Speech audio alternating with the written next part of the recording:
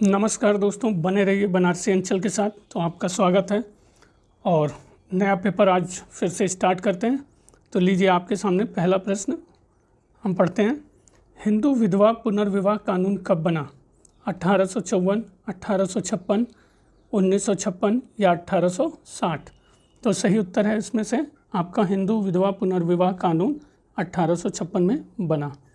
दूसरा, निम्नलिखित में से कौन सा विश्वविद्यालय 1857 में स्थापित नहीं किया गया था? तो नहीं पे फिर से विशेष ध्यान। कलकत्ता, बम्बई, इलाहाबाद और मद्रास। तो आपका कलकत्ता, बम्बई और मद्रास 1857 में किया गया था, इलाहाबाद नहीं। थर्ड, निम्नलिखित में से किसके द्वारा स्वराज दल का गठन किया गया? मौलाना आज़ाद, चित्तरंजन दास, सरदार पटेल या फिर जवाहरलाल नेहरू? तो स्वराज दल का गठन आपके चित्तरंजन दास द्वारा किया गया। फोर्थ, पूर्ण स्वराज की मांग कांग्रेस के किस अधिवेशन में स्वीकृत की गई थी? कराची अधिवेशन 1931, लाहौर अधिवेशन 1929, गया अधिवेशन 1922 या रामगढ़ अधिवेशन 1940? तो सही उत्तर है पूर्ण स्वराज की मांग कांग्रेस के जिस अधिवेशन में स्वीकृत की गई, लाहौर अधिवेशन 1929। फिफ्थ, बाबा रामचंद ने किसानों को संगठित किया था? अवध में, आंध्र में, बिहार में या बंगाल में?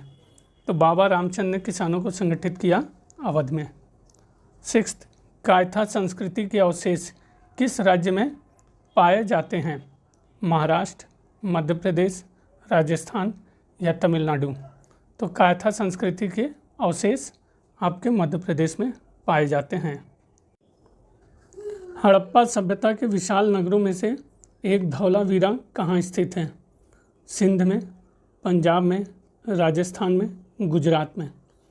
तो सही उत्तर है हड़प्पा सभ्यता के विशाल नगरों में से एक धौलावीरा आपके स्थित है गुजरात में।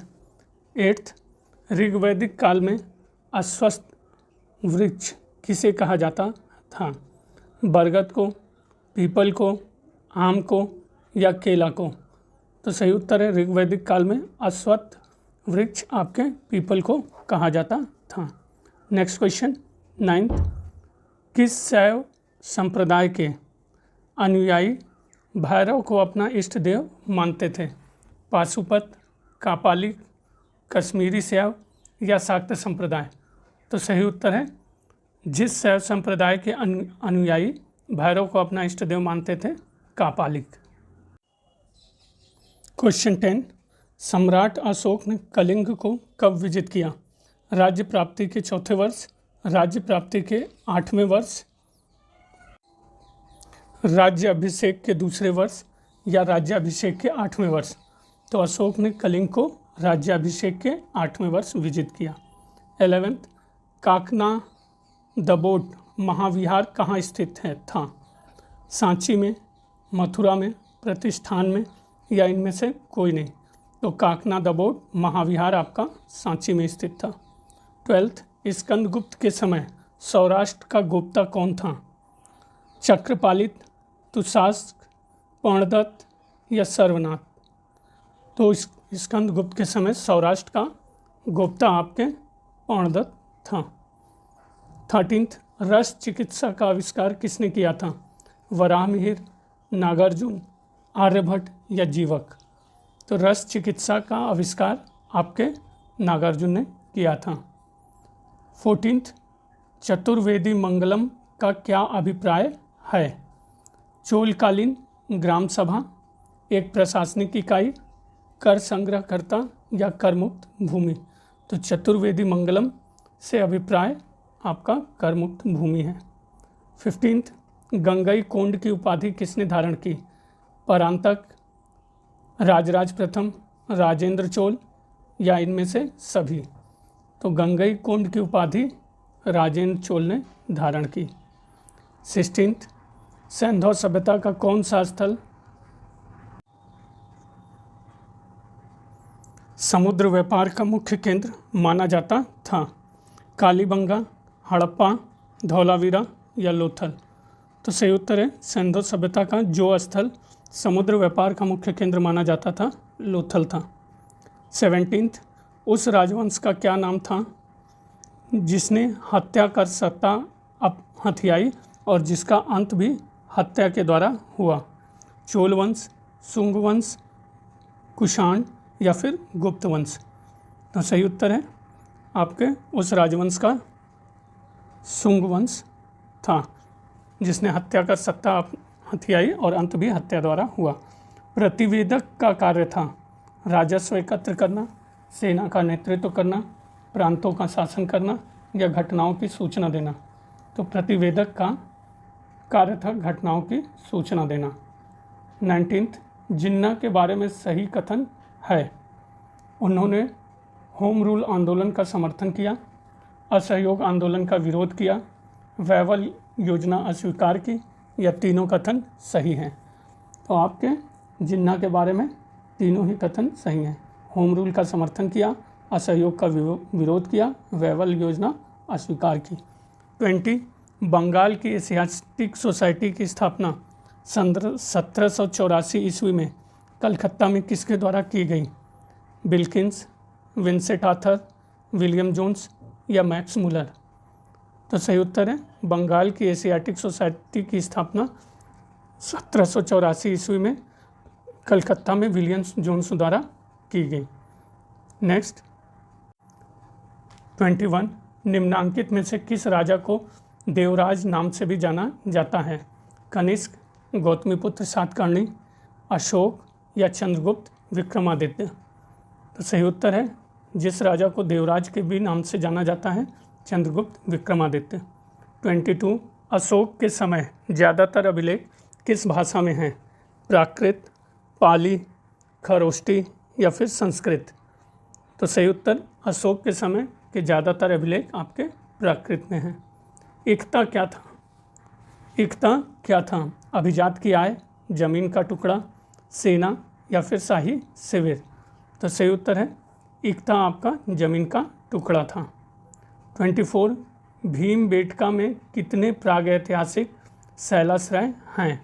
642, 243, 133 या 551? तो सही उत्तर है आपका भीमबेटका में प्रागैतिहासिक शैलाश्रय 243 हैं। 25, निम्नलिखित में से कौन सा स्थल कुल्ली संस्कृति से संबंधित नहीं है? एडिथ शहर, निंदोवारी, न्यायबूथी या बालको? तो सही उत्तर है कुल्ली संस्कृति से बालको आपका संबंधित नहीं है। एडिथ, निंदोवारी और न्यायबूथी संबंधित हैं। बट इसको आप देख लीजिएगा मित्रों, ये क्वेश्चन कुछ संदिग्ध लग रहा है मुझे, क्योंकि ये कोई भी जाना पहचाना प्लेस नहीं लग रहा है। प्लीज़ आप देखिएगा, कमेंट में बताइएगा।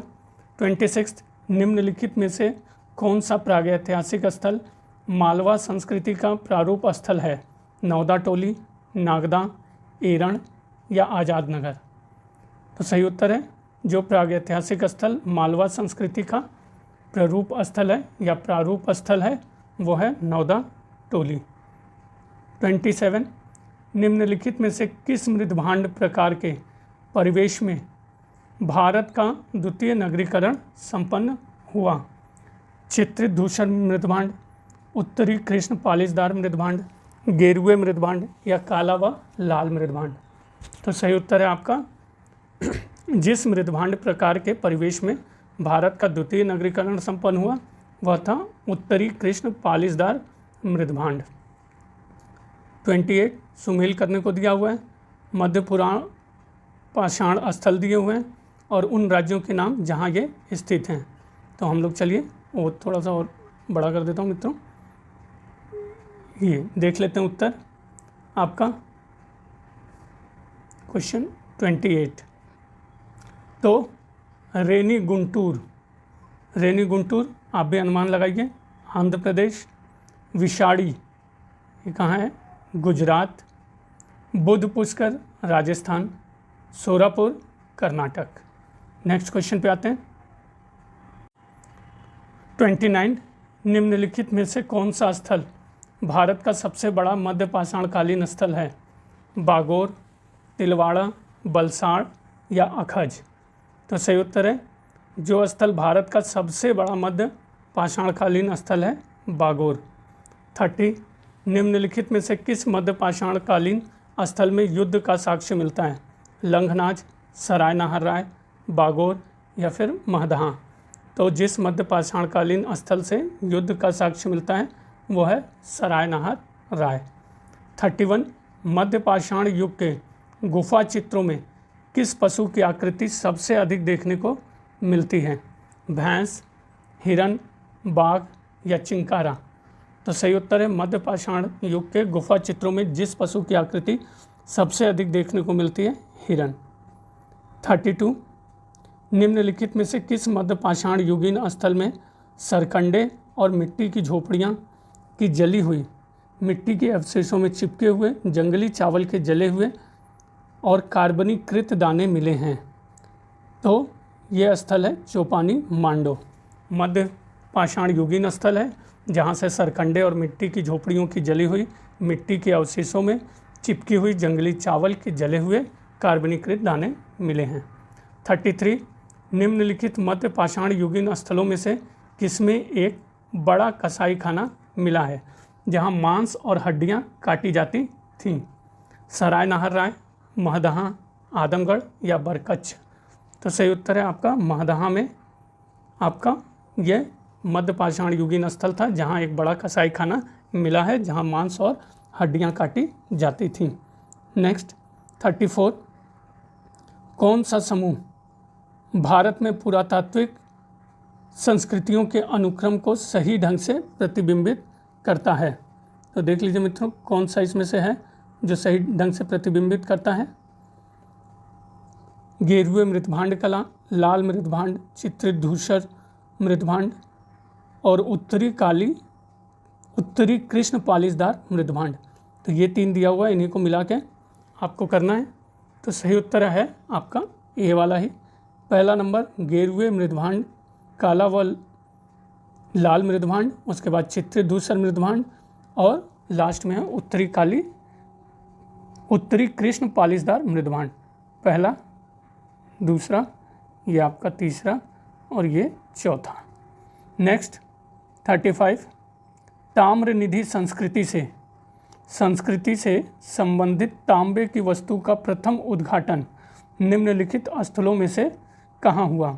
गंगेरिया, अतरंजी खेड़ा, बिठूर या कल्लूर। तो सही उत्तर है इसमें से आपका बिठूर।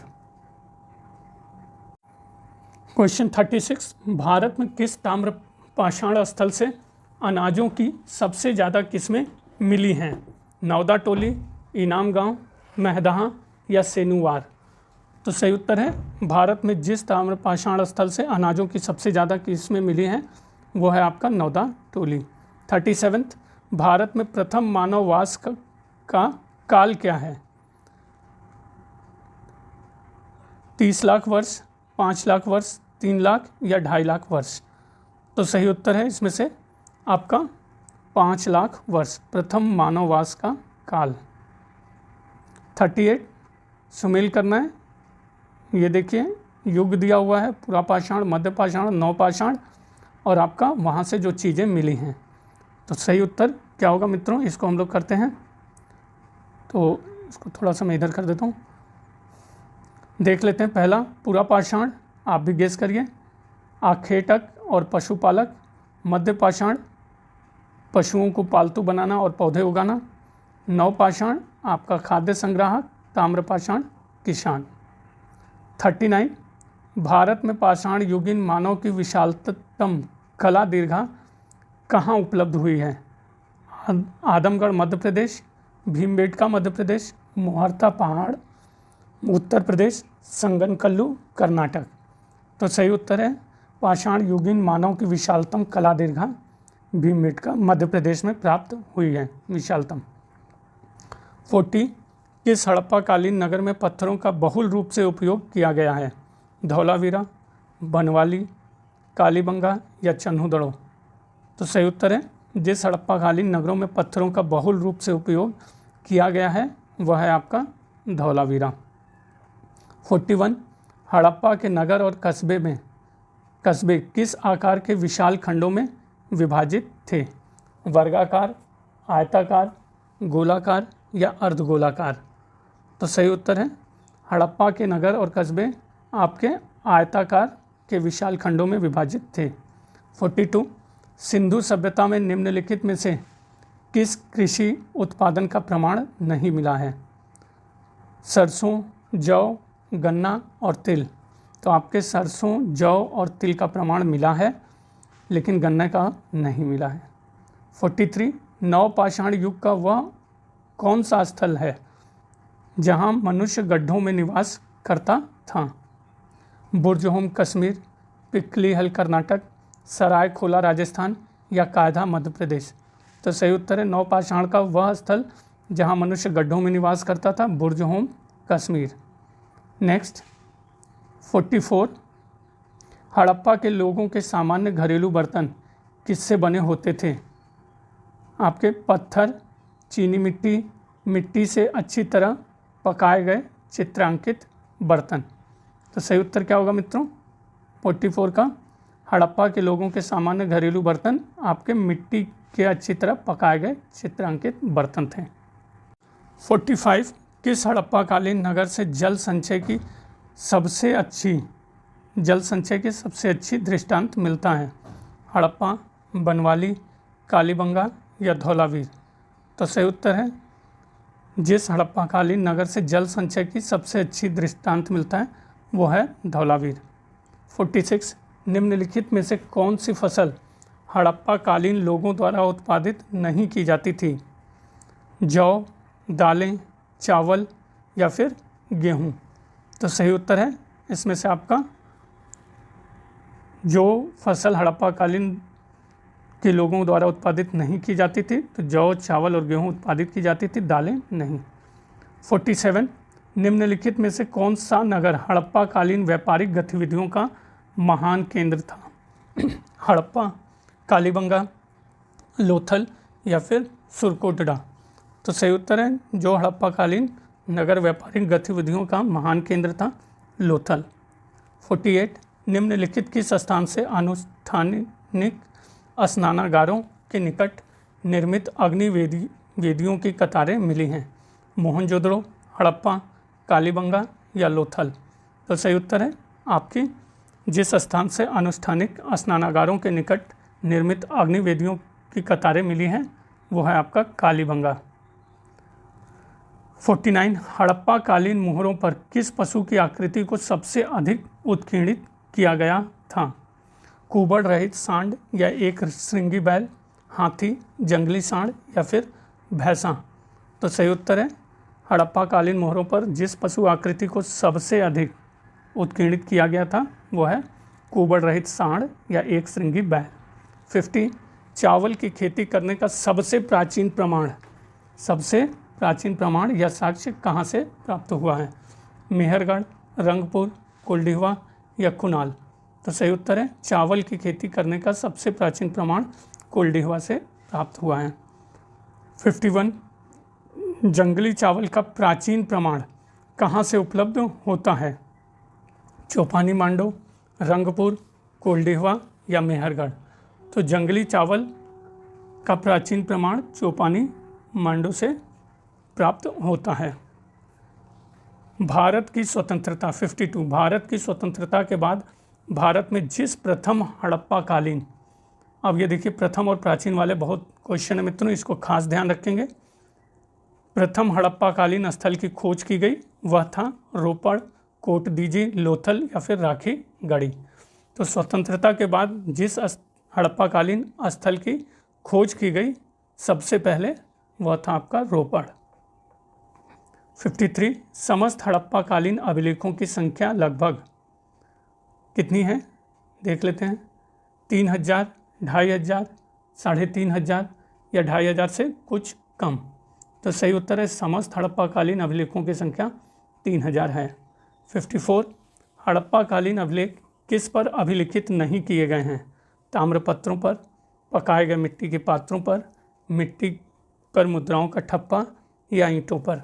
तो सही उत्तर है हड़प्पाकालीन अभिलेख ईंटों पर अभिलिखित नहीं है, बाकी ताम्रपत्रों पर, मिट्टी के पात्रों पर, मिट्टी पर मुद्राओं का ठप्पा अंकित है।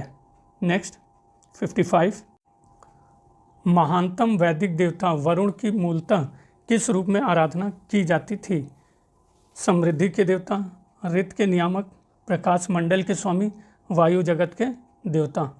तो सही उत्तर है महानतम वैदिक देवता वरुण की मूलतः जिस रूप में आराधना की जाती थी वो था ऋत के नियामक। 56 किस सौर मंडली देवता को प्रसिद्ध गायत्री मंत्र संबोधित किया गया है? मित्र, पूषण, संवृत, विष्णु, उरुक्रम। तो सही उत्तर है जिस सौर मंडलीय देवता को प्रसिद्ध गायत्री मंत्र संबोधित किया गया है वो है संवृत। 57 वैदिक धर्म में ब्रह्मांड को 3 भागों अंतरिक्ष, मध्य स्थान और पृथ्वी स्थान में विभाजित किया गया है। निम्नलिखित में कौन सा देवता उच्चतम अंतरिक्ष स्थान या प्रकाश मंडल से संबंधित था?